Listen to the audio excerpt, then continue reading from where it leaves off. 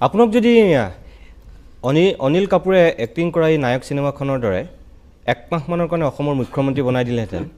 আপুনি প্ৰথমতেই কৰিবলগীয়া তিনিটা কাম কি হ'লহেঁতেন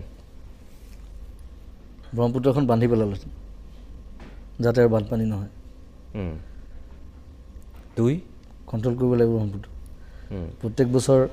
এইটো এটা ডাঙৰ যন্ত্ৰণা হৈছে মানুহৰ আৰু সেইটো চৰকাৰে আচলতে খুব চিৰিয়াছলি বস্তুটো গৱেষণা কৰি কেনেকৈ ব্ৰহ্মপুত্ৰ কণ্ট্ৰল কৰিব পাৰি সেইটো আঁচনি ল'ব লাগে আৰু কৰিব লাগে কামটো অতি সোনকালে দুই নম্বৰ চিনেমাখনত দেখুৱাইছে দেখোন কি কি কৰিছে সেইবিলাক কৰিলে আপুনি কি কৰিলেহেঁতেন সেইটোহে সুধিছোঁ কৰাপশ্যন বন্ধ কৰিবৰ কাৰণে কৰাপশ্যন তিনি ঘোষ খোৱা কৰাপশ্যন এইবিলাক বন্ধ কৰিব লাগিব আৰু আমাৰ নতুন জেনেৰেশ্যনটোক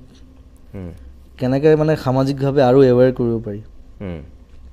তাৰ কাৰণে কিছুমান স্পেচিয়েল ট্ৰেইনিং ৰাখিলোহেঁতেন